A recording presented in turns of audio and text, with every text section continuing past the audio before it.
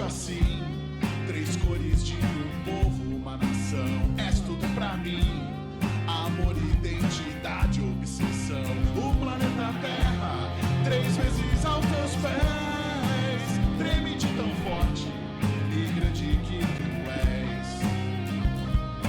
É meu tricolor, eu não seria nada sem você.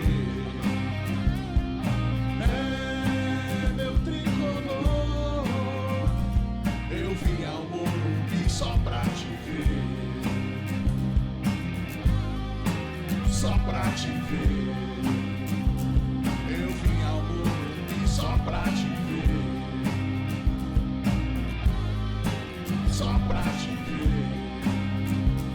Eu vim ao Morumbi só pra te ver. Salve, salve o tricolor paulista. Primeiramente, Feliz Natal a todos aí. Nós estamos aqui no dia 26 de dezembro. Tricolaços número 20. Nossa, chegamos a 20 edições, rapaziada. Puta, que felicidade, né? Pô, e aí tô nesse dia aqui especialíssimo com o meu amigo Maurício Barros. Fala, Lê. Beleza? Tudo tranquilo. Natal foi bom? Foi excelente. Então tá bom, é isso que importa. Arnaldo Ribeiro. Tudo bem, Ale? Tranquilo? E, cara, hoje tem aquela máxima, né, que dizem que não se aproxime muito dos seus ídolos porque você pode se decepcionar, né? Mas, pô, eu tenho a felicidade de falar que eu já tive com o nosso convidado de hoje algumas vezes e eu sempre me surpreendo positivamente. Inclusive, a última vez que nós estivemos juntos, ele me fez um tour pela enogastronomia italiana, rapaz. Hernanes tá aqui com a gente. Obrigado, profeta. Obrigado por estar aqui com a gente. Feliz Natal. E como é que estão as coisas lá na Itália? Lá, tudo certo? Vinícola tá bem? Como é que estão as coisas? Filhão? Não, primeiramente, prazer estar aqui com vocês. E prazer, de novo, de te encontrar. E tudo maravilha, graças a Deus. A coisa mais importante é que são os filhos, né? Tenho 5, tenho bastante. É verdade. Estão todos bem, saúde. Então, o resto a gente dá um jeito. Corre atrás. Então tá, isso aí, corre atrás. Correndo atrás. Não, correndo atrás não. A gente tem uma máxima, né? Porque o sucesso, ele é atraído, né? Então, quando você corre atrás, aí você espanta. Então, você tem que trabalhar na tua essência. Quando você manifesta a tua essência, aí as coisas tendem a vir até você. Mais um momento profético. É isso aí, Primeiro de já hoje. na largada. Estamos aqui, Arnaldão. Já na largada. E aí, irmão? Hernandes, você tá jogando ainda, rapaz? A gente aqui tá fazendo vinho, o Ale foi fazer a matéria lá pra revista, de repente aparece uma imagem. Hernandes faz gol na 7ª divisão da Itália. Eu falei, que tá acontecendo? Dando cambalhota. Maravilhoso. Que história é essa, rapaz? Pô, que a galera gosta de fazer uma notícia, né? Assim, é bom para mim também, que não fica esquecido. Mas, assim, o meu foco como a Ale falou, é na gastronomia, né? Tem um restaurante lá e tudo. E aí, eu conheci o presidente do Sale, e ele era um torcedor, é um torcedor da Inter, da Inter de Milão, né? Muito Internazionale. muito fervoroso e tal. A gente já tinha se encontrado lá em San Siro. E aí ele se tornou um cliente habitué, vinha sempre. E me trouxe uma camisa número 8, com o meu nome. Depois me convidou para fazer uns amistosos, jogos festivos. Aí eu fui e tal. E o cara foi me paquerando e me conquistou. E aí... E aí chegou, fez a proposta. Contratação. Mas a parte legal disso tudo é que lá, como eu falei, né, muitos filhos, muitas coisas para fazer, eu não estava tendo tempo para me dedicar aos treinamentos. Parte física. Parte física. E de vez em quando jogo um tênisinho, eu vou na academia, mas nada de regular, né? E quando me chamavam para jogar, eu ia jogar e me divertia. E essa parte foi muito legal para mim, de poder me divertir, de poder chegar em campo, meter uns gols. E aí, quando o cara me convidou, eu falei, a gente, nessa altura, já tínhamos nos tornado amigos.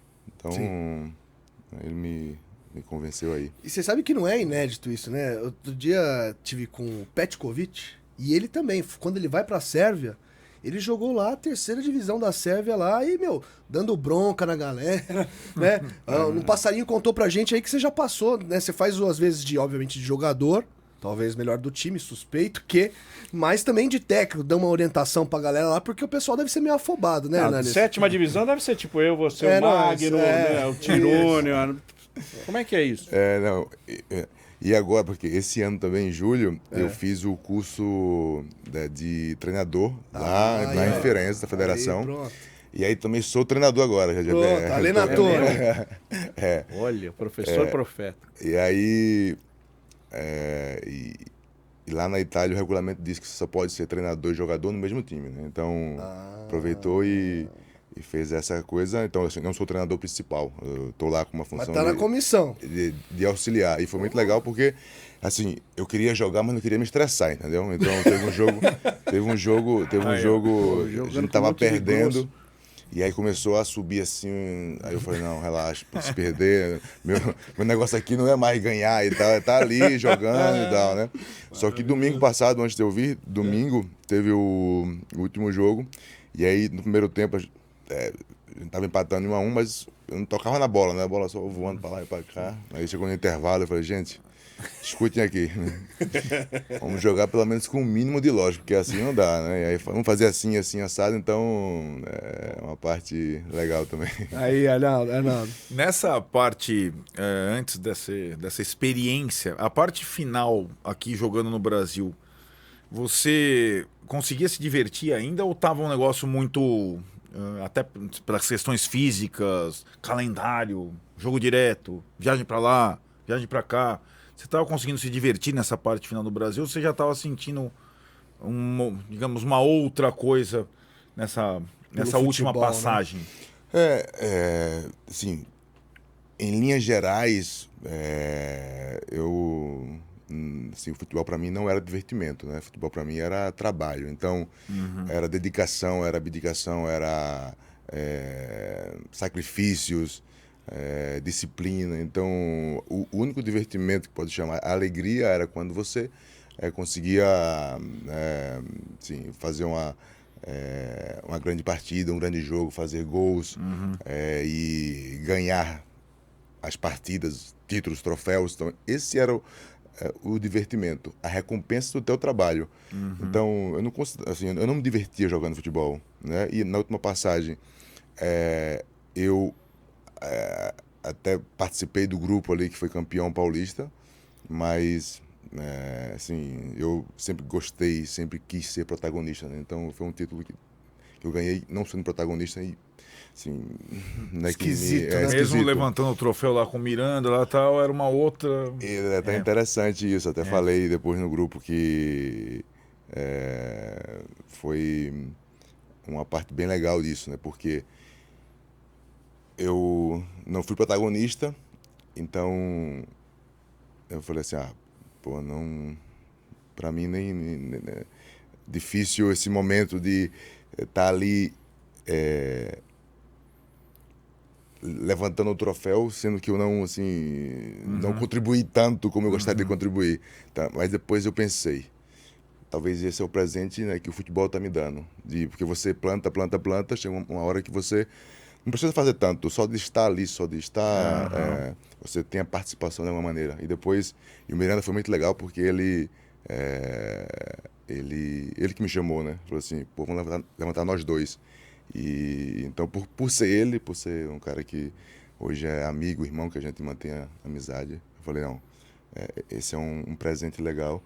Então, mas para responder a tua pergunta, assim, não era divertimento e por isso que eu parei de jogar também, né? Porque estava trabalhando como sempre, mas os resultados não estavam satisfeitos, né? Então, a conta não estava fechando.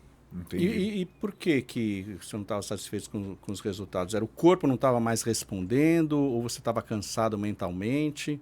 Você foi para o esporte, né? Depois teve essa experiência e tal. O que aconteceu? Quando você percebeu e falou, não, chega? Um pouco a parte física, porque eu me machuquei bastante. Como eu falei, né? Eu era um cara que eu sempre treinei, não vou dizer muito, mas o suficiente para tá bem em campo, né? E quando eu começava a treinar, me preparar do jeito que eu gostava, que eu sempre fiz, aí eu ia, machucava, aí tinha que recomeçar tudo de novo. Então, uma parte foi a questão física e outra parte, não tendo tanto espaço, você tem que fazer mais força. Pô, não, quero mostrar que eu tenho condições ainda de estar aqui. E aí você não tem oportunidade, não tem uma sequência. Aí você tem que lutar contra o físico, tem que ter paciência para esperar a oportunidade.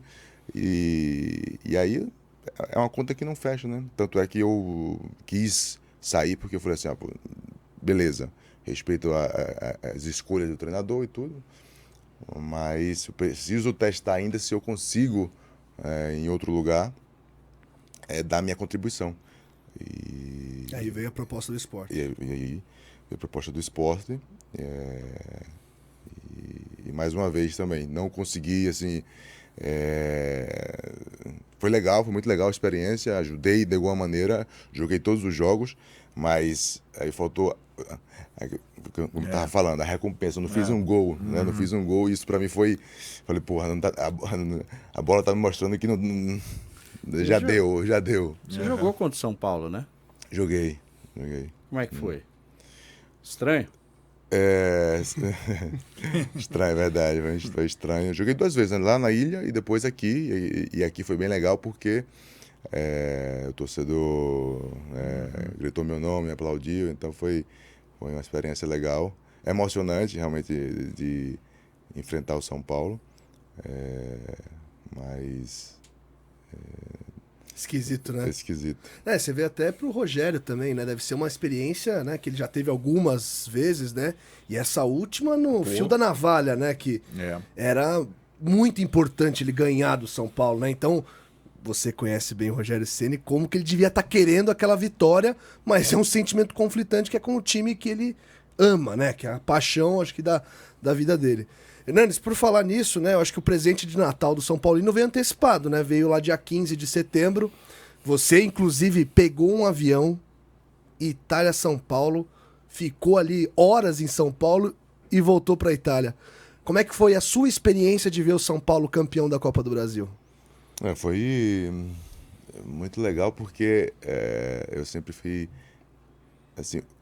Os meus desejos maiores sempre foram de realizar coisas inéditas, né, únicas.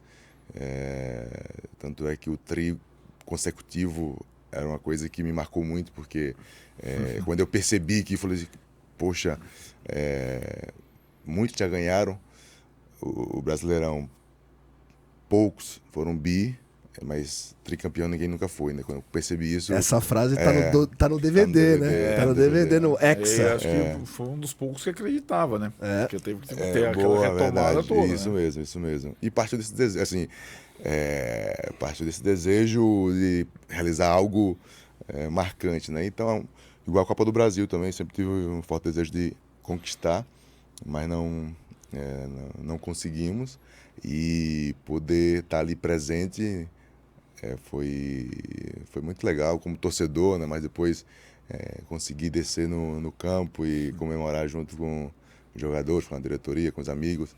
Então foi um dia especial, né? Histórico. Tinha que testemunhar, né, Hernandes? Tinha que estar aqui, né? Então quando eu vi que o jogo era final de semana. Assim, o jogo da volta era no Morumbi, eu falei assim, vou estar lá de qualquer maneira. Tem uma coisa curiosa, né? Na segunda passagem, que é muito boa a sua, o time era dirigido pelo Dorival, né? E estava numa situação bem difícil, né? Quando você chega, aquele campeonato da retomada lá também. O time, você, o Cueva, no time, o Prato, né? Aquela coisa, mas muito na sua presença. Se na primeira presença dessa do Tri, você era o protagonista para ganhar, você precisava ser um protagonista de outra forma, para tirar o time A gente vê o Santos caiu pela primeira vez.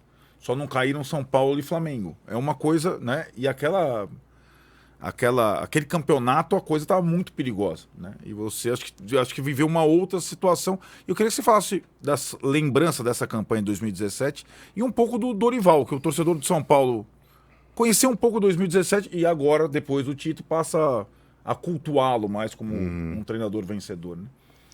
Isso, o Dorival, assim, falando primeiro do Dorival, eu acho ele um grande treinador e um grande gestor e um grande ser humano, né? Um grande ser humano, um cara muito íntegro, passa uma tranquilidade muito, muito grande para o jogador e essa parte que é legal, né, dele, que o bicho tá pegando e parece que ele tá assim, tá por cima, né? Ele sabe, ele conhece, tem as manhas, né? O mais importante é você conhecer tecnicamente, taticamente o jogo. Você precisa conhecer de gente, de pessoa, né? Que são as pessoas que fazem a coisa acontecer. Então ele sabe lidar muito bem com o jogador, né? Sabe quando apertar um pouquinho, quando tirar a pressão, quando tirar o pé. Então eu acho que foi muito legal trabalhar com ele, né? Um dos poucos treinadores que eu, também pela minha experiência, né, já conseguia dialogar, já conseguia ter uma conversa com ele. Então ele sempre muito aberto, perguntando e enfim, foi muito legal. E sobre aquela passagem, assim, eu lembro de tudo, né? Porque foi muito marcante para mim. Começa com uma decisão difícil de, justamente, né? Tinha tido uma passagem marcante.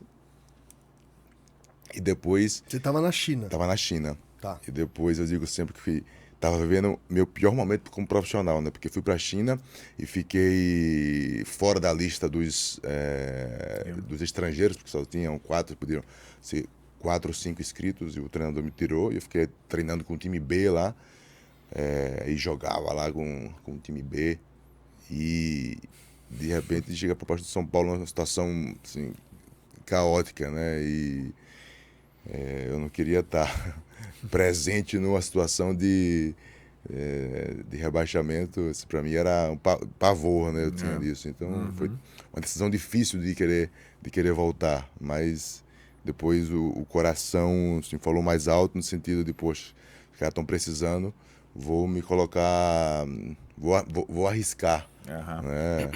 E aí eu volto e realmente aconteceu algo mágico, milagroso, extraordinário, foi fora do ordinário, né? Para mim foi o meu auge, assim, auge como de performance, em todo sentido, né? Como jogador, como líder, como tudo. Né? A gente estava debatendo aqui meio fora do ar, né? Que se não tivesse os pontos, né? Os gols que o Hernanes fez, era pro São Paulo ter ficado na penúltima posição do campeonato. Foi uma coisa... tem aquele... O cartão de visita foi aquele jogo com o Botafogo. Nossa, lá. Aliás, ele tem alguma coisa com esse estádio. Acho que os caras trocaram a grama, botaram o sintético lá, porque o Hernanes, quando ele ia lá, ele só pode ser... Tem alguma coisa com esse estádio, você fazia gol todo jogo nesse estádio, né? Verdade. 2008 também, 2008, nos jogos na reta final. Na reta final do Tri. Fiz um gol também importante, o gol da vitória, que nos ali nos aproximou. Então, realmente, era um estádio que me trazia boas coisas. Mas daí depois vem a decepção, né, da torcida, que você tem que voltar para a China. Né? Pois é. Que isso aí, todo mundo ficou, mas como assim? Anticlímax, né? Porque foi pouco, né? Foi espetacular e foi pouco. Verdade. Mas é por isso que também... Era coisa de contrato e tal. De contrato. Quer dizer, você estava lá no time B, Mas daí eles agora eles te queriam de volta. Queria de volta. Porque é engraçado, né? Que na China eu percebi, né? Se você jogar lá de meio campo, não era fácil. Ou o time tinha que ser um time muito bom, ou era difícil. Ou era zagueiro ou atacante, porque a bola não passava pelo meio, a bola vai direto, né? Então, assim... foi difícil para mim essa parte, né? Tô sentindo que segunda divisão da China e o Sali lá da sétima é meio, um pouco, meio né? parecido ali, semelhança. Agora falando sério, Profeta, você, né, enfim, acompanhou, como você falou aí, a a final da Copa do Brasil, desceu lá para falar com os jogadores. E nós temos aí um cara que tomou uma decisão parecida com a sua, de arriscar, que foi o Lucas Moura, que tinha nível para seguir na Europa, né? Enfim, né? Propostas e tal, para continuar jogando em mercados até financeiramente mais vantajosos, mas escolheu voltar para casa. Você conversou com ele sobre ali no pós-decisão, enfim, né, da felicidade de ter feito essa escolha e de ter dado certo, tal. E, né, agora nós estamos aí na expectativa, né? Talvez hoje, quando nós estamos gravando esse episódio, talvez já tenha até anunciado que fica, né? Como é que você vê a repatriação, né, a volta do Lucas para casa também? Foi muito legal. Eu falei, dei as boas-vindas, assim, o desejo, né? Fiz os meus as felicitações de boa sorte e tudo, né? E foi muito legal. O São Paulo faz bem isso também, né? De talvez achar o momento certo de trazer de volta os ídolos, né? Já tiveram algumas passagens que foram vitoriosas, bem sucedidas, né? Isso. E o Lucas foi mais uma e agora tem que ficar, né? Tem que ficar porque ano que vem é Libertadores e aí não... assim, quando eu voltei lá, a gente não tinha essa oportunidade, né? Talvez por questão também de contrato nem conseguiria, mas agora não, assim, tem que ficar para montar um time forte para ano que vem ser uma das forças do futebol brasileiro. Porque eu acho que o São Paulo está se reorganizando. Eu acho que com essa diretoria que entrou tá ficando diferente, né? Porque me lembro quando eu voltei, no começo do ano era um time, depois na metade do ano foi embora mais de 10 jogadores, então a rotatividade era muito grande e quando acontece isso não consegue criar uma base, não consegue criar referências e agora já há um tempo que as coisas tá no caminho da reorganização e o ano que vem seria o ano de trazer mais algumas peças ali para reforçar e fazer um grande ano, né? Nessas duas últimas passagens, né, 2017, depois você vem ali no contexto 20, da pandemia, né? 20. Depois ele vem. Você sentiu um clube apequenado? Porque o São Paulo viveu, né, desses 2 títulos, tem sua importância, Sul-Americana Paulista, mas assim, depois de 2008, o São Paulo se viu alijado das principais disputas de competições e vendo seus rivais conquistarem bastante, né? Um crescimento de Corinthians e Palmeiras e tal. E São Paulo sempre muito ambicioso, né? Por Santos, conta de sua história. Libertadores, né, em 2011, e o Santos né? também, e o Flamengo crescendo no âmbito nacional e tal. Então, quando você voltou, sentiu que tinha algo diferente? Aquele clube vencedor, aquela atmosfera estava, de certa forma, muito diferente e pior, vamos dizer assim? Sim. Senti que tinha parado no tempo, né? Tinha parado no tempo, no sentido que eu saio em 2010, éramos ali referência, talvez top 3 no Brasil, para não dizer top 1, para não ser, mas top 3 com certeza. E volto numa condição de... Tipo, paramos no tempo, e quando você para no tempo, as coisas vão ficando retrógradas, né? Ultrapassadas, vão envelhecendo.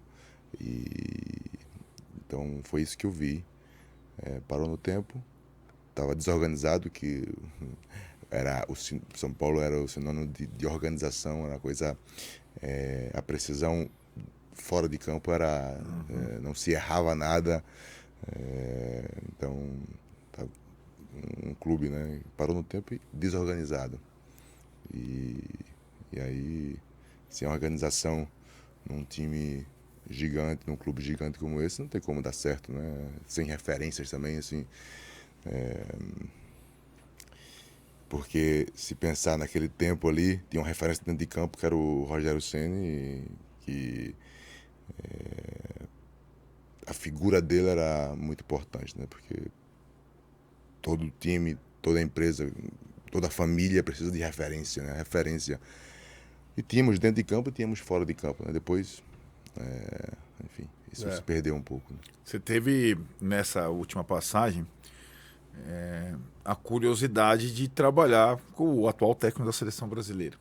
Mas também uma campanha meio surpreendente do São Paulo, que daí, na reta final, desandou. Né? Então, suas lembranças do trabalho com o Fernando Diniz nessa campanha, e o Fernando Diniz como pessoa, treinador, se você puder contar o que ele chama atenção. Cara, para mim o Fernando foi um dos melhores treinadores que eu trabalhei. Das melhores pessoas que eu trabalhei, foi um dos poucos também que eu tive a possibilidade de dialogar, né? Porque o treinador, ele, como eu estava falando do Dorival, ele não só tem que ser bom tecnicamente e taticamente, ele tem que ser bom na gestão, em saber comunicar, em saber falar com o jogador, entender a linguagem do jogador. E muitos treinadores nem conversam com os jogadores, né? Manda auxiliar, manda não sei o quê, manda falar. Então você não tem a inteligência, né, interpessoal de abordagem, de falar uma coisa difícil. E o Diniz, ele é fantástico nisso daí, né? Ele sabe falar com o jogador, sabe. Tanto é que, mesmo eu sem jogar, um período, porque eu não era muito de acordo com o estilo de jogo que eu jogava, mas respeitava muito por causa que ele reconhecia essa habilidade nele, né? Então, assim, a gente conversava, a gente dialogava. Então, Você essa parte... tinha discordâncias. Tinha discordâncias. E dizia isso para ele? Sim. Dizia. E... Qual que era a principal discordância? Assim, eu pego uma transição de um futebol que eu estava falando com, né, o Fabiano, né, que me jogou no São Paulo, né, o volante. Sim. E a gente estava falando e lembrando como era as estratégias das jogadas quando a bola estava com o goleiro. Geralmente, o goleiro quebrava para um atacante ou um cara que ia bem de cabeça, da casquinha para os pontas, né, fazer o facão, chegarem. E a gente pegou esse futebol, né, e depois a gente viu a reformulação do futebol, o jeito de jogar, mudança de estratégias. Então a gente viu as duas partes. E logicamente que para nós era um pouco difícil, né, ver tudo aquilo. Quando você vê no Barcelona o Guardiola fazer aquela coisa, você fala, muito legal. Mas aqui não funciona. Aqui a gente não tem o Iniesta, aqui a gente não tem um Xavi, não tem um Messi para resolver depois. Então, eu achava tudo muito legal, né? Mas eu dizia, cara, tem que considerar o contexto. Você tem um jogador para fazer isso. Você tem o campo proporciona você jogar assim. Ótimo ponto. Então, você não pode pegar, né, uma ideia, uma receita e jogar sem considerar o entorno, o contexto, né? E porque tanto é que eu trabalhei com um cara e ele foi o meu treinador, assim, eu escolhi ele para ser meu treinador pessoal, né? Que foi o falecido J. Alves, a gente trabalhou bastante tempo junto. E o cara já tinha essa ideia, assim, há um tempo atrás ele fez um livro, né, ele colocou Futebol com Lógica. E ele queria... você vê, ele já tinha essa ideia, mas ele não sabia passar a ideia dele, que era, ele falou assim, eu quero fazer um time com 10 atacantes. E a galera achava que ele era maluco. Como assim, piada, 10 atacantes? Né? Piada. Não, porque ele queria que o zagueiro que pegasse a bola não desse chutão lá na frente. Porque ele dizia, o futebol com lógica você não pode pegar. Você tem 4 zagueiros atrás, vai pegar a bola em superioridade numérica e vai dar para o adversário para arriscar. Não, você tem que ir avançando as linhas. Então, era um treinador que eu gostava da teoria dele. Sim. E adaptava e pegava aquilo que eu achava necessário, né? Então, eu já tinha contato com esse tipo de ideia. Então, minha discordância era aí, que beleza, lindo, acho legal a filosofia, a lógica que se quer jogar, mas tem que considerar o contexto. Então, havia essa discordância, mas me dei muito bem com ele, fiquei muito feliz quando ele ganhou, porque eu sabia que ele, com a determinação que ele tinha, que ele iria encontrar, né, os jogadores certos, o momento certo, e ele não desistiu, foi perseverante e fiquei realmente muito contente. Porque quem vence nunca é uma ideia. Para você ganhar, vencer na vida, né, no futebol, você tem que... É a perseverança, é a dedicação, é o não desistir, é o acreditar na tua ideia. E, como eu falei antes, né, futebol te presenteia, a vida te presenteia, então eu fiquei realmente muito contente com a vitória dele. Ele fala muito, né, na coletiva após título da Libertadores, o Diniz falou bastante, né, que se tivesse perdido não ia mudar, enfim, óbvio que muda bastante. Ele estava ali falando sobre o trabalho, né, como é importante o trabalho. Agora, nessa linha, Hernanes, antes, vou só pedir pro pessoal aqui, pô, olha o nível do papo. Você não tá se inscrevendo, deixando o like, você já tá errado, hein? Vamos lá, hein? Vamos ajudar a gente. Mas, Hernanes, e o Hernanes treinador? Qual que é o estilo que você pensa que é o estilo que te agrada mais ou que você, se tiver a oportunidade de trabalhar num clube com as peças que você gostaria, né? Qual que seria o estilo ideal de jogo do treinador Hernanes? Legal, boa pergunta, porque eu falei que eu peguei a transição e fiz o curso agora em julho e eu percebi, né, que eu não posso ir contra a tendência do futebol, porque hoje a tendência do futebol é sair jogando. É ir para o futebol lógico que o J. Alves já tinha previsto, já queria implantar. Então eu vi os goleiros... A primeira grande mudança, os goleiros. Os goleiros são treinados hoje com os jogadores de linha para jogar de linha. Então, ou seja, o futebol está indo nessa direção. Então não tem como eu chegar aqui e dizer assim, não vou jogar assim, não tem como. Só que para mim é muito simples o meu modo de jogar. Que eu até tive uma experiência já, eu fiz na Itália a Copa do Profeta, que fiz um intercâmbio com os moleques aqui do Brasil, foram para lá, moleque de 13, 14, 15 anos, e tive essa minha primeira experiência de treinar os garotos, e foi muito legal, foi muito legal. Uma semana de imersão, de treinamentos, depois teve o torneio, e o que eu passei para os moleques é simples. Os conceitos, os princípios que o meu time vai jogar. Espaço. Se tem espaço, conduz a bola. Se não tem espaço, ou você dribla individualmente ou coletivamente. O drible coletivo é 1-2 ou 1-3, que para mim é o meu drible preferido. Fazia muito isso, né? Triangular, né? Eu era volante.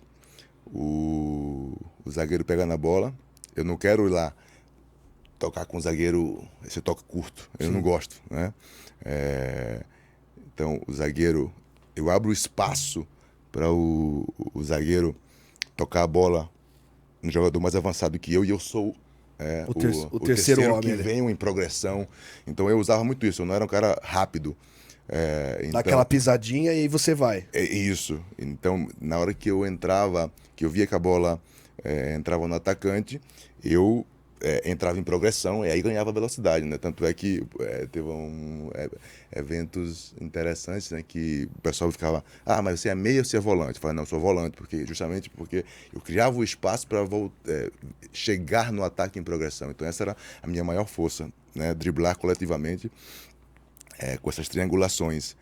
E então o meu time vai se basear nesses 3 conceitos. Espaço, se tem espaço, eu avanço. Se não tem espaço, eu driblo individualmente ou coletivamente, né? E aí, mas o mais importante é o quê? Eu digo, treinador não ganha campeonato. Ele pode, com um time fraco, com jogadores sem muita qualidade, fazer um bom trabalho.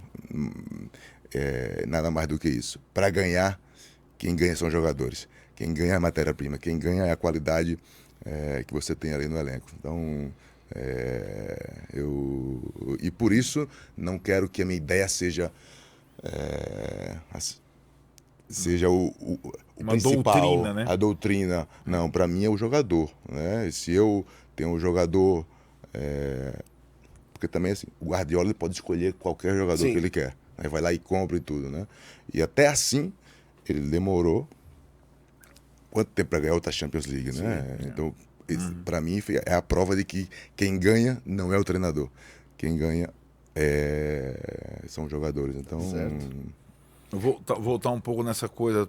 Só Ale, Não, vai mas lá. é que eu ouvindo o Fernandes falar, e ainda falando sobre o Diniz um pouco, dá a ideia, dá a impressão, né? Ou a sensação, ou a convicção de que na seleção ele não tem os jogadores que ele tem no Fluminense, são diferentes, né? Então no Fluminense a coisa já está tão... Ensaiada. e os jogadores já estão tão adaptados a isso que a coisa sai naturalmente. Na seleção é uma dificuldade, Verdade. em tese com jogadores melhores, mas não é uma coisa automática. É um pouco, ele fala do contexto. Mas a outra coisa que eu ia te falar, que eu perguntei e depois esqueci de... Por que você acha que aquele time degringolou do São Paulo? Aquele episódio com o Tietchan teve peso mesmo, tal do perninha, tal, teve alguma coisa interna ou o time não conseguiu, os jogadores não conseguiram... Perdeu o Luciano, né? Sim, tinha alguns muito importantes nessa engrenagem. Boa lembrança. Tinha alguns muito importantes nessa engrenagem, talvez fosse um jogador fundamental mesmo. E era, né? Então tem todo esse contexto, né? Mas porque eu acho que seria muito simplista falar, discutiu com o jogador, tudo bem que era um jogador importante, e acabou ali. Não foi só isso, né? Não. Para mim, o que pesou mais é a perda do Luciano. Eu costumo dizer que aquele Barcelona do Guardiola, ele foi tão espetacular porque tinha um Messi que finalizava as jogadas, né? Claro. Tinha Guardando as Iniesta, proporções, eu sei que isso, claro, de Deus, isso. Os dois vestem a 10, mas é isso aí. Coincidência. Não, eu tô falando que tinha um cara que finalizava, Sim. que colocava a bola lá dentro. Perfeito, perfeito. Entende? Eu não tô falando de comparação, não tô comparando nada. Sim. E o Luciano era o cara que estava assim num momento incrível. Ou ele que fazia o time jogar, ele que vinha, baixava um pouco, dava respiro, né? Tava com a qualidade, o tempo de jogo tava redondinho, né? Com ele. Depois que ele saiu, faltava esse cara, né? E justamente a gente chegou naquele momento, era até um pouco assim acima do que a gente... Da expectativa. Porque o negócio encaixou de tal maneira que aí foi na dinâmica, ali na inércia das vitórias, da confiança. Mas perdeu ele, aí perdeu a parte da engrenagem, que fazia a engrenagem rodar. E aí depois vem essas pequenas coisas que vai minando. Né? Aqui, ali, a discussão, a confusão. E aí até você reajustar de novo, leva um tempo. Na reta final. E aí entra a pressão, aí entra o desespero, as dúvidas. Porque eu falo que a coisa mais importante que nós jogadores temos são três. O orgulho, a confiança e o moderador, o bom senso, né? Porque às vezes você está tão confiante que você se acha demais. Aí você vem, toma uma atacada e você, opa, não era tão bom assim. Aí você modera um pouco. Sim. E o orgulho que te faz você sustentar os momentos difíceis, né? Pô, não, eu vou reverter, eu sou melhor do que você, eu vou provar aqui e tal. Então, e aí quando o time perde a confiança, que entra as dúvidas, aí até você construir de novo a confiança, porque a confiança não é um fato que tá tudo bem, eu sou bom e eu vou... Não, a confiança é algo que vai sendo construído com as pequenas vitórias, com as coisas que vão sendo bem feitas. E aí foi isso. Para mim foi isso. Mas Luciano, depois, as pequenas coisas que vai acontecendo durante um percurso, e a gente estava assim, com a corda tirada mesmo, né? No máximo das nossas... A pandemia, o fato de estarmos no contexto da pandemia, isso interferiu também? Foi uma dessas pequenas coisas, ou pelo fato do campeonato já ter começado durante a pandemia, você acha que foi isso foi para todo mundo? Eu acho que não, interferiu no começo, Tá. eu acho, no começo, para todo mundo, né? Porque Tá. eu via que, pelo menos superficialmente, sem ter uma análise de dados, eu via que se tomava muitos gols, Tá. se errava muito em comparação com... né? Porque o fato da torcida ali, você entra um pouco mais, sei Concentrado? lá, concentrado, ligado. Depois você entra, era algo estranho, né, no início. E aí você errava mais, sei lá. Que Então coisa, acho que né? não ajudou. Porque a falta de barulho, imagino que às vezes até o jogador podia ficar mais ligado, né, dentro do jogo. Mas não, né? Acho que faz sentido, tira um né? elemento... Fundamental, né? Que é o tudo público. estranho, né? Ele fez um gol emblemático contra o Corinthians, lembra? Foi de falta. Foi super importante. curva. Exatamente. E foi um gol muito... Só comentar esse gol porque foi muito legal, assim. Que eu sempre fui o cara que fiquei testando muitas coisas, né? E eu testava esse chute e... Só que no jogo eu nunca tinha feito, né? Só que um dia antes eu tava no treino e aí eu fui brincando na brincadeira com o Luan. Eu fui bater, a gente ficou tentando fazer gol olímpico e eu dei uns 2 ou 3 chutes assim que falei, caraca, pô, tá calibrado, né? E aí no dia seguinte tinha um jogo e eu chutei daquela maneira, né? Que eu tinha treinado. E aí pegou essa curva que foi sensacional, né? E contra o Corinthians, contra o Cássio, aí que... É difícil fazer gol de pênalti no caso Pois de falta, então. Falta. Hernanes, você tem um drible, a pedalada parada, poucos eu vi fazer, né? Parada. Normalmente pedalada, a bola tá rolando. verdade. Dá a pedalada parada e É verdade. quantos gols ele não fez pedalando para o lado, para a direita, para a esquerda e metendo. Falta drible no futebol, você percebe isso como treinador, você vai estimular, porque a gente teve uma mudança no futebol, né? E muitos jogos do São Paulo em casa, o São Paulo sofreu bastante com times totalmente fechados, o São Paulo não ficava girando a bola, girando até que encontrasse um pouquinho de folga para cruzar a bola. Para cruzar, para meter na área, tal.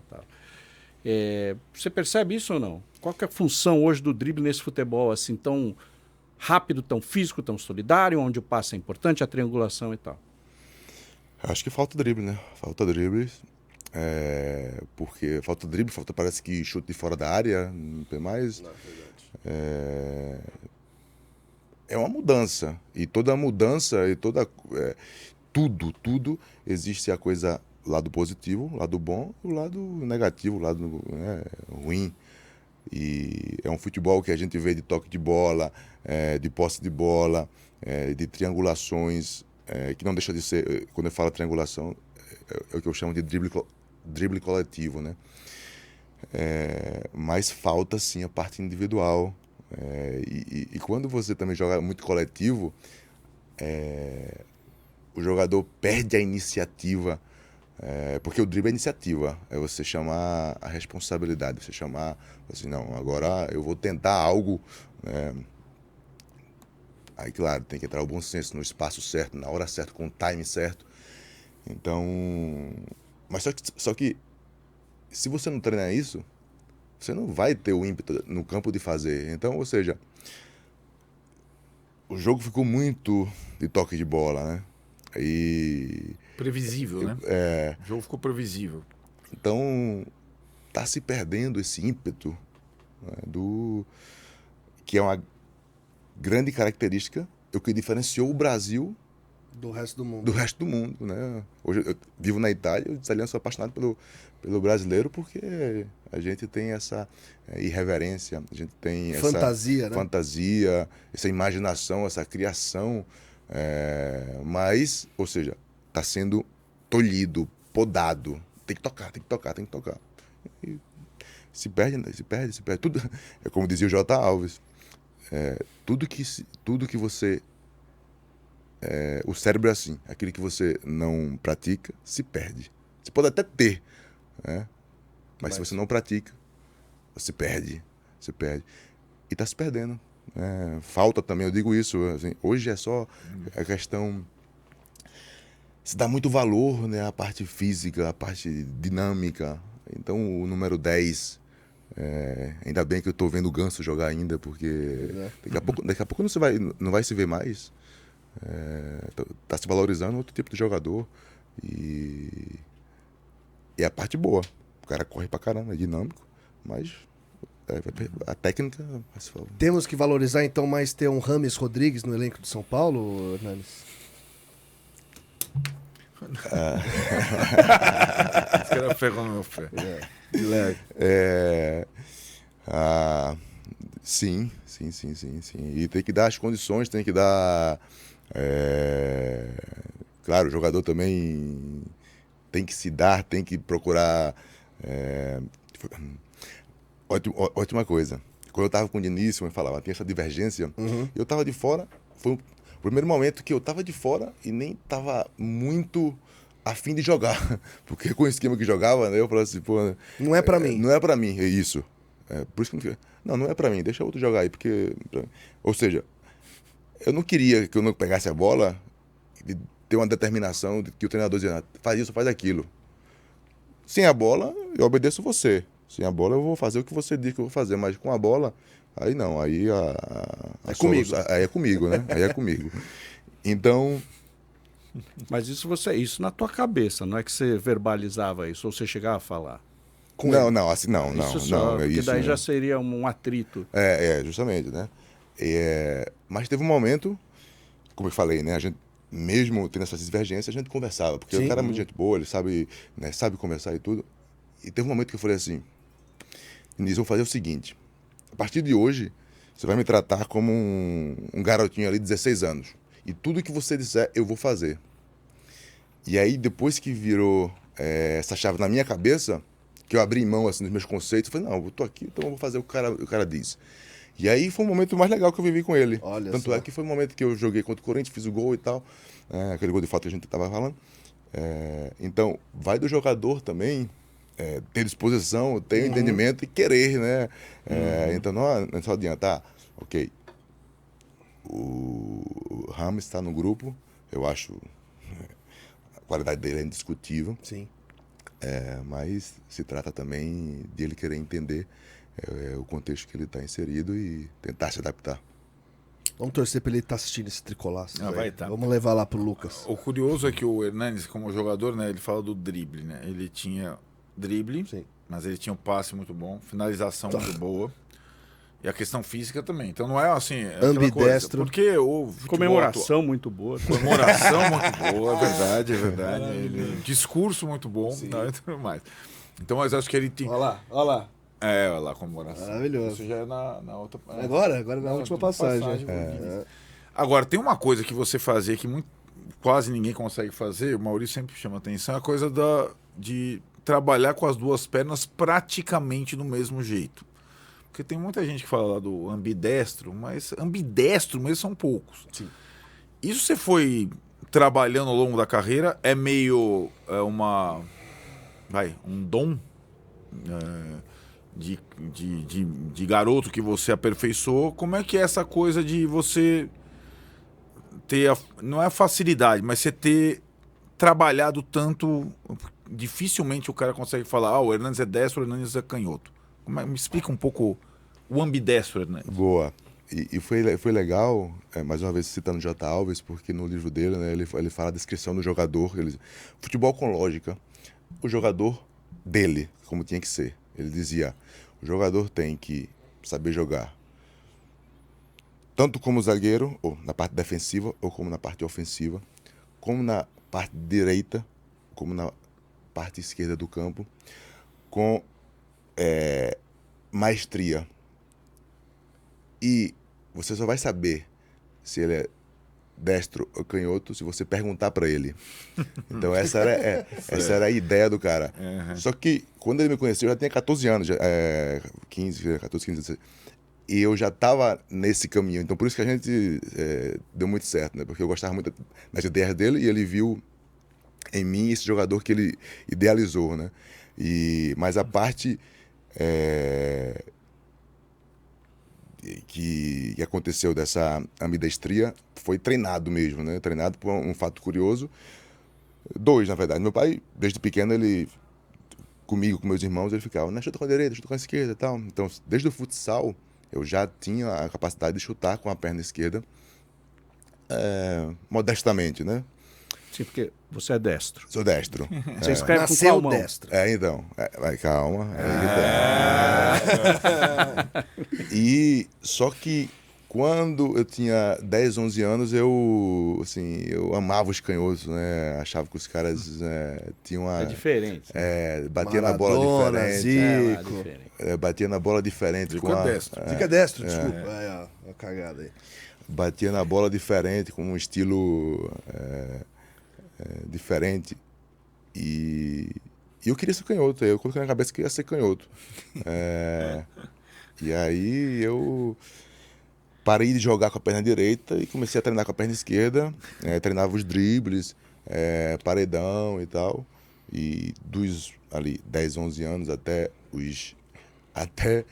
Sabe quando eu parei de querer ser canhoto? Quando na Copa São Paulo, eu estava jogando com São Paulo, a gente estava nos pênaltis. Fui bater o pênalti de esquerda, até aquele momento. Eu batia de esquerda. Quase aí sua frio aqui. Caramba, eu batia pênalti de esquerda. E aí era juniores isso. E aí eu perdi o pênalti. Aí depois eu perdi o pênalti, aí eu falei assim, não, agora... Bateu cruzado? Vou voltar pra... Não, chapada. Vou voltar pra... Não voltar. Eu falei assim, agora eu não vou ficar com essa coisa na cabeça. O como vier, veio, né? Mas aí eu já tinha adquirido Uma destreza. a destreza de jogar com a perna esquerda. Tanto é que eu joguei...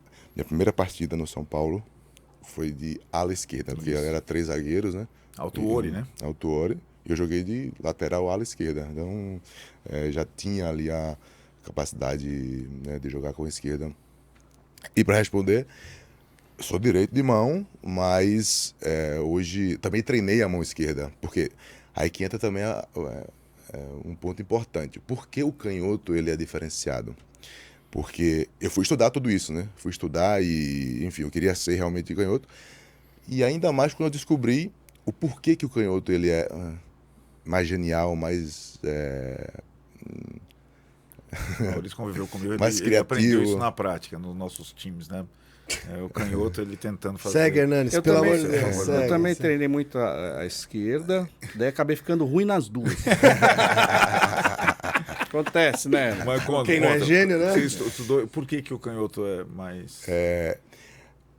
Nós temos 2 hemisférios no cérebro e o hemisfério direito, ele controla a parte esquerda do cérebro e o hemisfério esquerdo controla a parte direita. E o hemisfério esquerdo que controla a parte direita é o lugar onde está ali a lógica, a razão, a organização. E a parte direita é a parte imaginativa, criativa, intuitiva. Então, ou seja, a área que o esquerdo aciona, que comanda, é a parte da criação, da imaginação, da intuição. Então, quando eu descobri isso, eu não queria agora ser só canhoto com o pé. E aí eu comecei a escrever também com a mão, treinar a mão, tudo, né, para ativar a parte direita do cérebro. Sensacional. O Rubens Skiri, que é fotógrafo de São Paulo, fez boa parte dessas fotos que nós estamos exibindo aqui. Ele é o convidado do Tricolaços da próxima semana, galera. Então fiquem ligados aí. Mas ele confessou nesse papo que vocês vão acompanhar que o Hernanes fazia o seguinte: ele se vendava. É verdade isso? Pra você caminhar e aguçar os seus outros sentidos? Eu fazia muita viagem.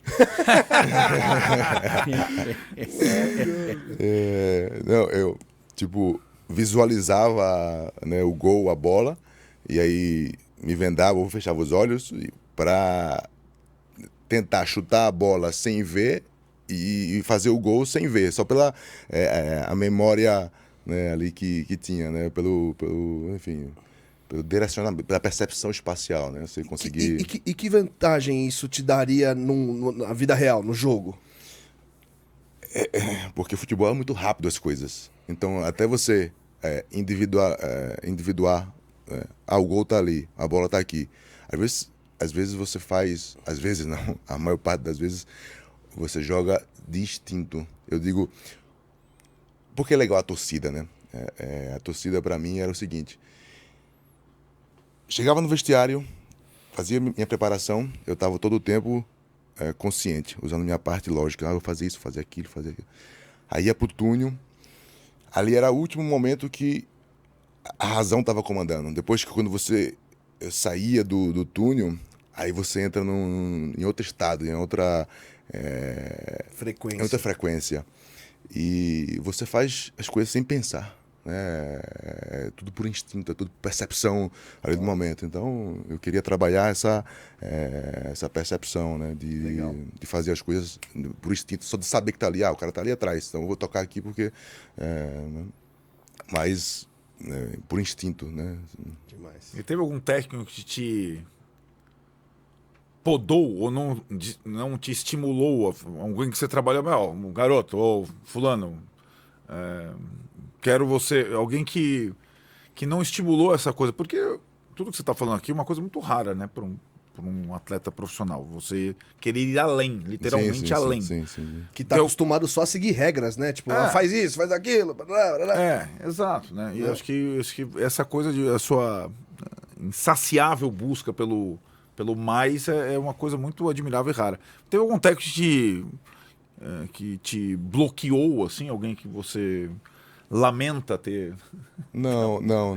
Ou Na que verdade, te entenderam e davam espaço para essa... na verdade, foi legal essa pergunta, porque o Cilinho foi um dos caras que reforçaram, né? Ele também já tinha algumas ideias assim, verdade. visionário. É verdade. E tanto é que ele, quando eu tive a felicidade de trabalhar com ele no Aspirantes de São Paulo, ele veio, né, para fazer essa experiência. E aí ele fazia treinamento com bola de tênis, com bola de borracha, colocava todo mundo com a mesma camisa. Porque ele queria que o jogador jogasse com a cabeça erguida, né? Então, para identificar, você tem que olhar pro cara, né? Para poder passar a bola. Então, ele já tinha umas ideias assim. E quando ele fazia esses joguinhos com a bola, não sei o quê, eu era sempre o que ganhava, né? Porque ele, tipo, quem ganhava, o jogador que ganhava, que fazia mais embaixadinha, ganhava um prêmio dele, né? E tal. Então, ele... Essa parte lúdica Essa aí, parte lúdica ele reforçou, né? E teve só um momento que eu tive que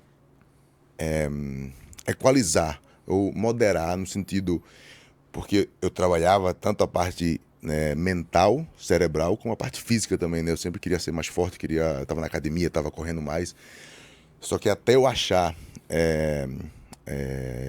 a quantidade certa foi difícil. Então, às vezes treinava tanto que chegava no jogo, eu estava cansado, eu não conseguia, então eu tive que ir achando,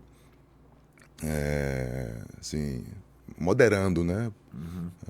Então foi tipo, eu me lembro do Muricy, no primeiro ano, ele não falou pra mim, mas eu soube que ele falava, pô, esse moleque treina pra caramba, mas não chega na hora não rende, né?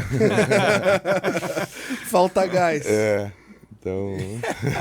E nem na Itália, Hernandes, assim, porque assim, né, essa coisa da fantasia, da individualidade, né, enfim, da criatividade do brasileiro, você trabalhou, imagino que toda a sua trajetória aqui no Brasil. Aí você chega na Itália, teve algum choque cultural aí? Como é que foi pra se adaptar ao futebol italiano?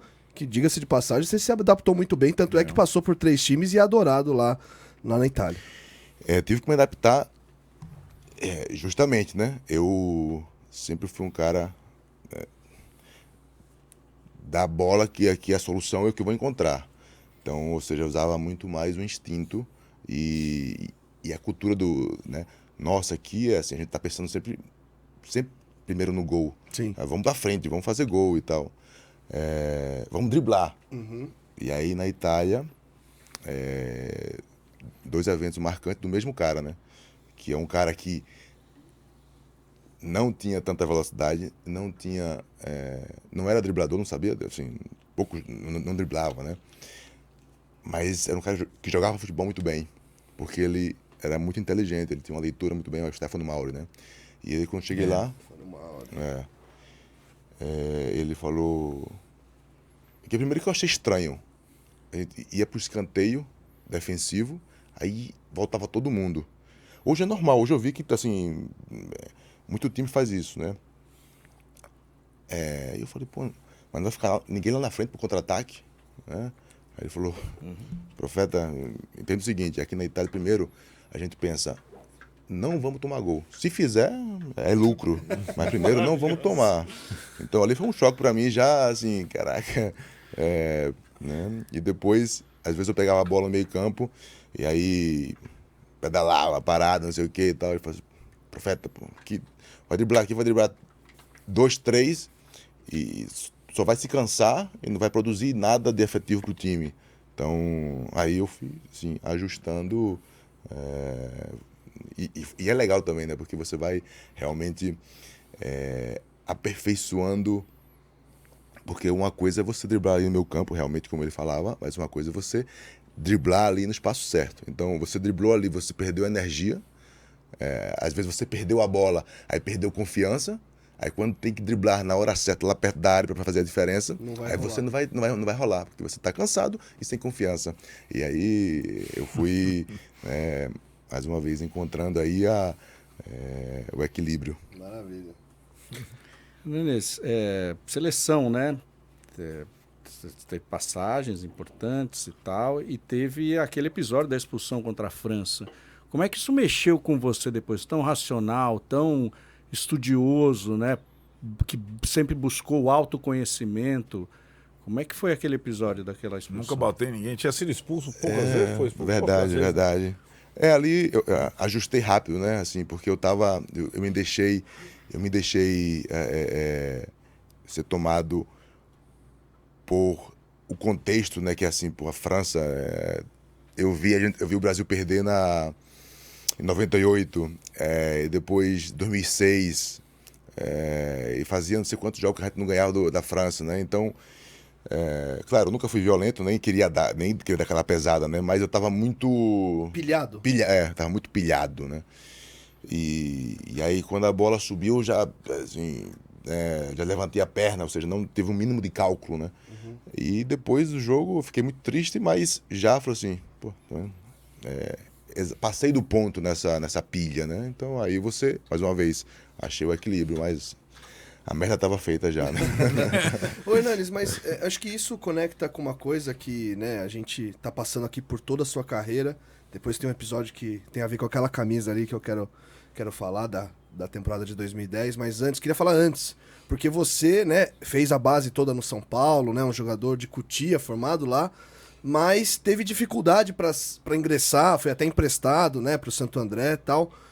Como é que foi também esse seu desafio de cavar o seu espaço, de chegar ao São Paulo, que obviamente hoje nós somos eternamente gratos por tudo que você fez pelo clube, mas como é que foi para você, assim? Você também teve que ser resiliente e também reajustar o foco e o trabalho para conseguir chegar no teu objetivo, que é se firmar no time principal? Como é que foi para você?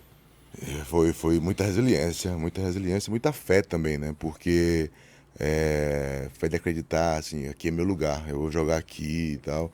Porque eu cheguei com 16 anos e eu nunca fui, assim, titular absoluto. Sempre, na verdade, eu passei a maior parte do banco na base do que jogando, né?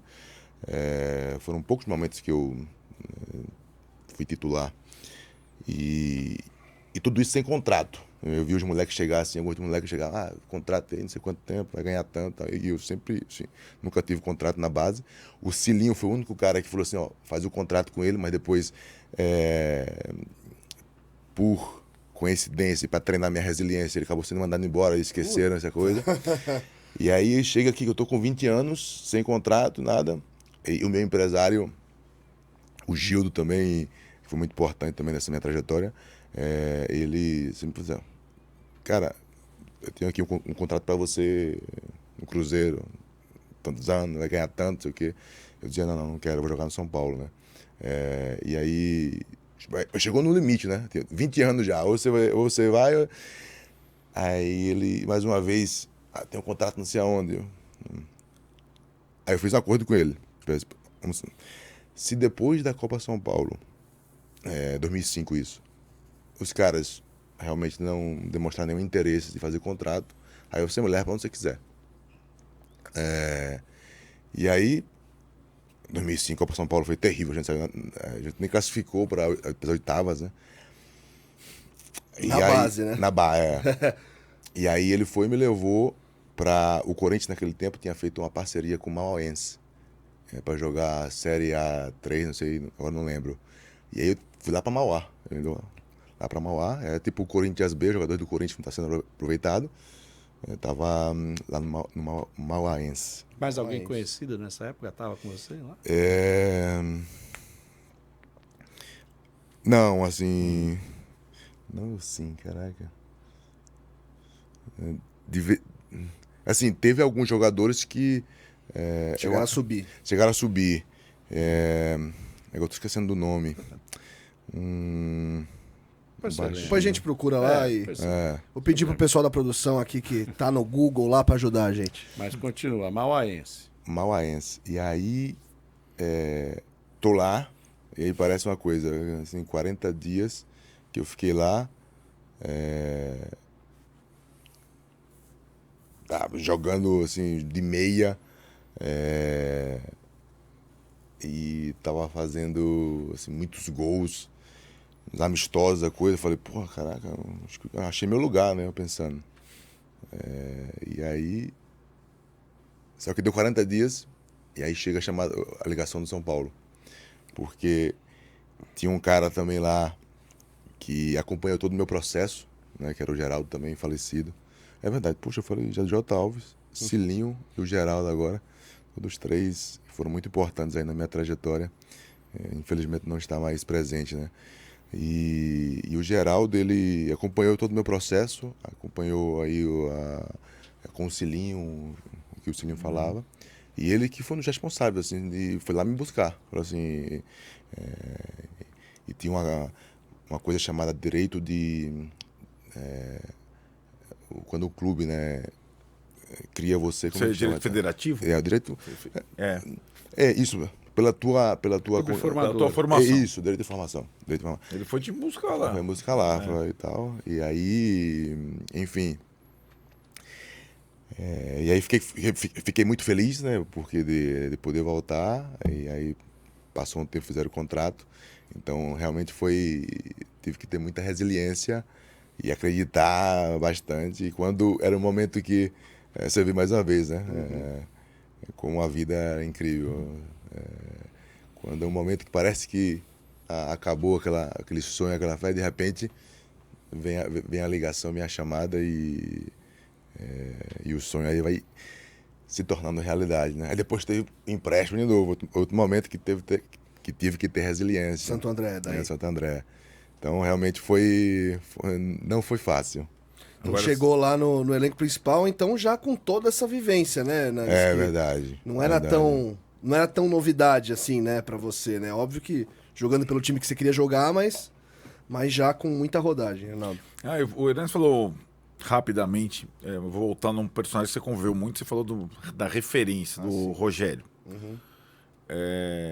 E acho que todo mundo que vem aqui no Tricolaços conheceu o Rogério de alguma forma. Sim. E a gente sempre pergunta, porque o Rogério tá construindo a história dele como treinador. Agora conseguiu a permanência na Série A quando parecia tudo tava condenado acabado. A ganhar de 4 do Atlético na última rodada, todo esse enredo e tal. Pelo que você conhece de convivência, qual será a principal dificuldade que o Rogério enfrenta como treinador na sua compreensão? O que você acha que ele tem mais dificuldade de... E como ele pode se dar bem nessa nova área? Por sinal, eu fiquei muito feliz, né, em que ele manteve aí o Bahia. Realmente fiquei muito feliz, porque torço para que realmente ele engrene, assim, já fez um grande trabalho no Fortaleza, já foi campeão com o Flamengo, não podemos esquecer e tal, né, mas falta, né, alguma coisinha, né? E minha compreensão é assim, que ele não é um cara... por exemplo, eu me dei muito bem com ele. Por quê? eu chego no elenco e sou um cara muito trabalhador, que né, quero ganhar e faço tudo para ganhar e estamos na mesma mentalidade, né? Certo. E ele é um cara muito competitivo e aí se tornava às vezes chato, né? Porque ele quando jogava já era um treinador, né? Às vezes ele dava lá as indicações e tal. E muito cara não gostava dele por isso, né? Porque ele cobrava mesmo, né? Então eu acho que, na minha compreensão, talvez, porque o jogador, né, o ser humano, na verdade, um parênteses importante, porque eu quando jogava, eu não queria, eu dizia, treinador nem a pau, né? Porque eu conheci, vivendo né, no meio com os jogadores, o jogador é malandro, né? Assim, o cara não quer treinar, porque realmente treinar é muito difícil, né? É muito chato. O cara não quer se cuidar, porque se cuidar é muito chato. Então. Tomar conta de tantos jogadores. Aí, justamente, eu pensava, eu não vou ficar falando pro marmanjo. Só dor de cabeça, né?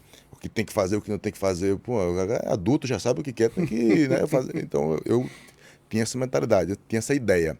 Só que aí o que acontece? Paro de jogar, vou trabalhar na gestão lá do meu restaurante, que você conheceu e tudo. E trabalhar com pessoas. E eu percebi que não é só jogador de futebol. Uhum. Que o ser humano é assim, vai fazer o menos possível, vai ser malandro. E você tem que estar em cima, senão o cara não produz. Senão o cara não produz. E aí desbloqueou minha cabeça. Eu falei assim, não é só jogador que é assim, é realmente... Porque eu jogava futebol e meu mundo era o futebol, né? Então não tinha referências de como é que era uma empresa, né? Enfim. Então, e o Rogério, não treinei com ele, mas o que me parece é justamente isso, né? Se ele já era chato como jogador, quando jogador, agora como treinador, acho que dele deve ser assim, deve cobrar muito, deve exigir muito, e aí, ou seja, talvez tenha que encontrar ali o equilíbrio que o Dorival, por exemplo, eu falei que ele é mestre nessa arte de gerir, de lidar, de conversar ali com o jogador, né? Então, assim, sem conhecer. Certo. Sem ter sido treinado por ele. Isso, né? É a minha impressão superficial vendo de fora. Você fez um gol, né? Não foi São Paulo e Fortaleza? Foi, verdade. Foi, gol, né? Verdade. Acho que foi o primeiro jogo do Rogério contra o São Paulo. A maior festa foi lá no Castelão, foi gol do Hernandes. Verdade. Ele não ganhou do São Paulo até hoje, Rogério. Ele tem tentado. Tem tentado. Né? Na Itália, por exemplo, teve algum momento que você sofreu hostilidades, assim, ou críticas severas, hostilidades de torcida por uma fase ruim, por um jogo, um erro em algum jogo? E como é que você lidou com isso? Não, tanto aqui no São Paulo como lá não teve. Boa. Tanto no, assim, ia falar dois momentos, né? Porque aqui no São Paulo teve um momento ruim também que eu passei que a torcida chegou a me vaiar. Assim, pouca coisa, mas na Lazio também. Me lembro 2013, após a gente ganhar a Copa Itália. Tem um período ali que eu já estava com a cabeça assim, querendo sair e tal, não estava jogando tão bem, os caras me vaiavam, mas assim, nada de hostilidade. Vivi um pouco mais de hostilidade quando eu passo da Inter para a Juventus. Uhum. Né? Quando eu chego na Inter, na minha cabeça era, vou ficar aqui, aqui o time eu não queria chegar, agora eu vou querer ganhar a Champions League, jogar a Champions League e tal. Pensava somente nisso, vou ficar aqui na Inter e tal. E aí, de repente, era um período de transição, eu tava saindo o Morato, tava entrando o Toir, então tava um ambiente assim, um pouco perturbado, conturbado. Não consegui o objetivo que eu queria. Um ano e meio depois, tô na Juventus. E quando eu chego na Inter, é o maior rival, assim... tem o Inter Milan, mas para a Itália, Inter Juventus é a maior rivalidade. São duas cidades rivais, né? Enfim.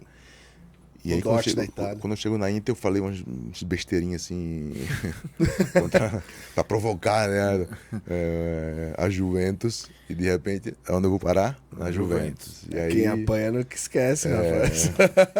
E aí cheguei lá, os caras me vaiavam, os caras me chamavam de interista. Interista. vai via, não sei o quê. Então, ali teve um pouco de hostilidade, mas como lidei com isso? Foi até legal, uma passagem muito legal também, que, assim, privilegiado eu sou, que eu treinei, joguei com 2, talvez, top 5 aí, goleiros da história, né? Que foi o Rogério Ceni e o Buffon. Uau. E os caras fizeram o que fizeram, né? Não só por ser bom dentro de campo, mas pela liderança, pelo carisma. E nesse momento, nesse período aí, o Buffon, ele chegou para mim e falou assim, cara, você quer que eu faça alguma coisa, que eu fale com a torcida para dar uma maneirada, não sei o que e tal. E eu sempre, como eu falava no começo, né, muito orgulhoso, falei, não, fica tranquilo, né? Tipo, tá tudo tranquilo, eu vou dar a volta por cima. Então, ou seja, eu enfrentei assim, os caras têm razão, eu falei merda, né? Então, entendo a paixão do torcedor, mas eu vou mostrar o meu valor também, vou dar a volta por cima, então segurei a onda assim, né? No orgulho de querer sair daquela situação, e foi muito legal. Jogo contra o Bahia, a gente tomando um sapê com o Bahia do Guardiola, já também o Guardiola não me descia muito. E foi muito legal, porque esse jogo começa no banco, e aí segundo tempo perdendo 2-0, mas assim, 2-0, mas devia ser uns 5, um massacre do Bahia, lá em Turim. E aí entra no intervalo, e aí foi um jogo onde eu tava jogando na posição diferente, tava jogando de primeiro volante, né?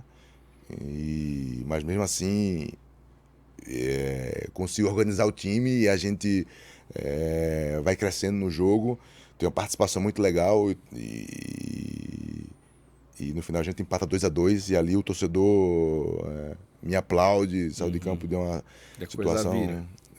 A coisa vira, então foi um momento bem bacana. Tanto que o Hernanes agora já é um cidadão de Turim e tem restaurante lá que eu tive o empresário privilégio de O frequentar. que você comeu lá? Cara, eu comi... Ixi, rapaz, agora me pegou. Mas era o almoço de Páscoa, um restaurante lotado. Então devia ter um anhelo, né? Que tinha, é verdade. Cordeiro. O cordeiro, tinha, é verdade. É o carro-chefe, Não, porque é Páscoa, né? Então, cordeiro, então... E lá no Cada o Profeta, né, em Montal do Escarampe, tem o prato tradicional da região, que é o anholote da Alplim, né? Uhum. Que é a carne reduzida ali no próprio caldo, lá. Preparações. Como se fosse um é um ravioli, né? Exato. A carne vai dentro e do o ravioli. molho é a base do suco da própria carne, né? Maravilhoso. Olha lá, ó. E Olha o a Zé pinta Raia, dele, ó. Rapaz. Com os vinhos lá. Tive a honra, o prazer de degustar os vinhos com o Hernanes. Foi muito legal fazer a degustação. Ô Hernanes, a passagem que eu queria contar, que tem a ver com aquela camisa lá, que é a camisa que o São Paulo usou em 2010. E assim, né, o São Paulo tem uma máxima, né? Quando tem parada de Copa do Mundo, a gente se ferra. Foi assim em 2006, né?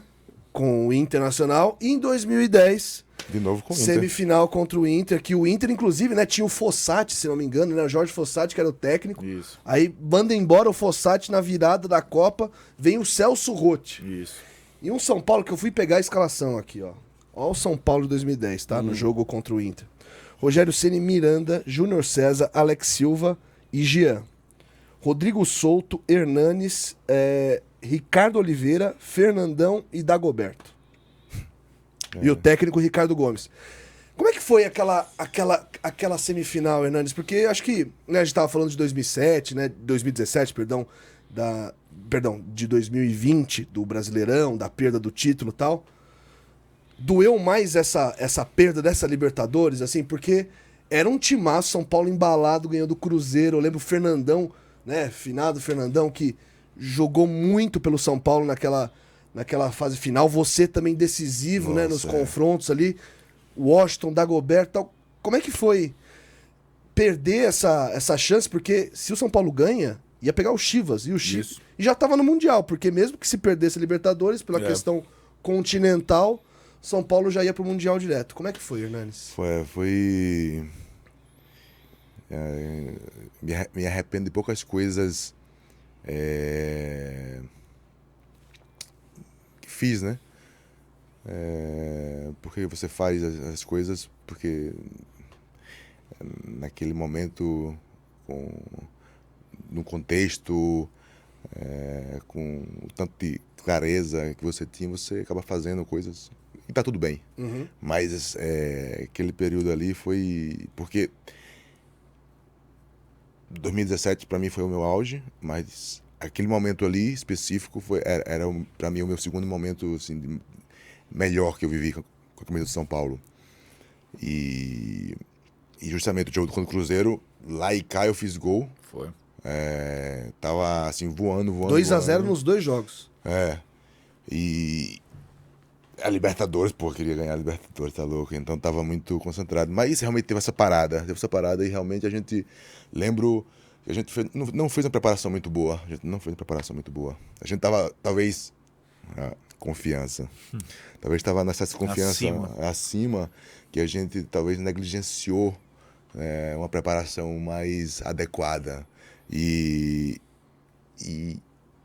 aí tem o primeiro jogo e a gente perde por 1-0 e foi justamente aquele golzinho ali que nos tira, né? Porque nós fomos desclassificados do gol fora, né? Que tinha. Ganhou 2-1. Porque ganhamos 2-1 aqui, exato. 2-1 aqui, a gente jogando muito bem, assim, em cima o tempo inteiro. E com um gol, assim, fortuito, né? Casual, bola desvia. Então... Doeu. Doeu. Ou seja, é a punição do futebol, né? Eu falei tantas vezes a recompensa que o futebol me deu em alguns momentos, né? Esse foi uma punição de você negligenciou algumas etapas. Claro, eu falo aqui, mas o futebol ele não pode ser também colocado numa ciência exata, né? Que você fala, eu faço isso, faço aquilo, vai ser... Não é assim. Mas ficou essa sensação de que a gente negligenciou, não fez uma preparação adequada para enfrentar uma semifinal de Libertadores, né? Talvez pelo excesso de confiança. Estamos indo para a reta final, pessoal. Vamos dar uma última para cada um aí, vai. Quer saber, Hernandes, o que você está lendo, o que você está ouvindo e uma série ou um filme que você tenha gostado ultimamente? Boa. Olha, é um período diferente. E está sendo interessante, porque sempre li muito, e porque nas concentrações eu tinha tempo, né, nas viagens, então eu estava sempre lendo, era uma coisa que eu estava sempre fazendo, eu gostava muito. Depois eu comecei a anotar as coisas que eu entendia. Esse ano, em junho, lancei meu livro, né? Então... Qual é o título, Hernandes? Carta do Profeta. E então é um período que eu não estou lendo. Ou seja, muita informação. Agora você leva o tempo de elaborar, coloquei alguma coisa para fora e então daqui a pouco eu volto, né? Mas por enquanto tem algum na primeira posição assim para pegar nesse retorno aí ou ainda não? Tem. Como é que é? Caraca. Não sei o que das leis.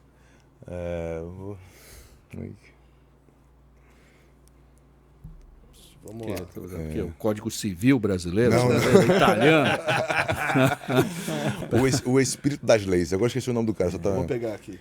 O Espírito das Leis. O Espírito das Leis, que é Montesquieu, esses caras. Esse cara aí. Montesquieu. Montesquieu, exatamente. O Espírito das Leis. Eu comecei a ler e gostei bastante, então é um que tá ali na... Tem que pegar pra valer agora. Pra valer. Ouvindo. Eu tenho escutado muito podcast sobre vinhos, né? Aliás, Hernandes, um sommelier formado, tá? Não é ele mete a mão na Também, mão. não, Sim. exato. Não Produz é os só vinhos, sais- mas ele sabe muito de vinhos, não é só isso. Então, sobre vinhos, sobre futebol também. E sobre 4. Vinhos, futebol, empreendedorismo. E uma coisa que sempre gosto é o desenvolvimento pessoal. Tá. E um filme ou uma série que você marcou. tenha visto ou esteja vendo? Série que me marcou, que eu gostei muito, foram Breaking Bad e La Casa de Papel. E filmes, eu tenho curtido agora um período de ver comédias italianas. É muito, muito legal. Muito Vitório engraçado. Gassman. Esse é lá de trás. Não. Eu gosto muito do Checco. Checco Zalone. Siamo Muito Fratelli d'Italia. Altíssimo nível. Vai, Arnaldo. Então, não, só agradecer a presença do Profeta, que ele também esteja próximo em 2024, de alguma forma, do São Por Paulo. favor. Amuleto. E se você acha, só para projetar 2024, que num time de futebol hoje, você já conhece bem alguns, outros nem tanto, seria capaz de juntar Rames Rodrigues, Luciano, Lucas e Caleri. É possível isso? Pode Vamos ser ver. sincero. Boa, ótima pergunta. Rames, Luciano, Lucas e Cagliari. Olha, se eu fosse juntar, eu iria colocar, né? Hernandes treinador agora. Boa, sim, sim. boa. É isso. Eita, peraí, acho que não vai dar não, hein? Olha, Os dois volantes. Porque eu ia colocar mas Dá um jeito aí, o né? Caleri e o Luciano. Luciano como... porque meu time ia jogar 4-2-3-1. Certo. Só que o Ramos para jogar aberto Vai perder ele, né? vai perder ele. Então, e o Lucas agora que tá jogando pelo meio também, como é que vai fazer? Então, esse que é o seu dilema, né? 4-4-2, vamos ver? 4-4-2. Se colocasse Caleri, Luciano, Lucas e o Ramos, Vai por outro fica lado. falta Profundidade pelo lado. profundidade pelo lado.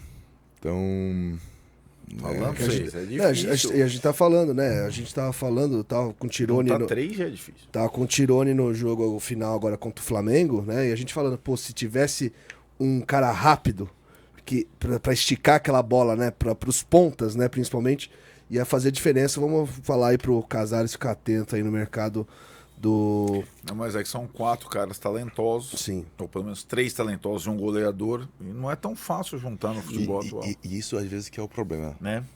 No Porque elenco de futebol. no elenco, né?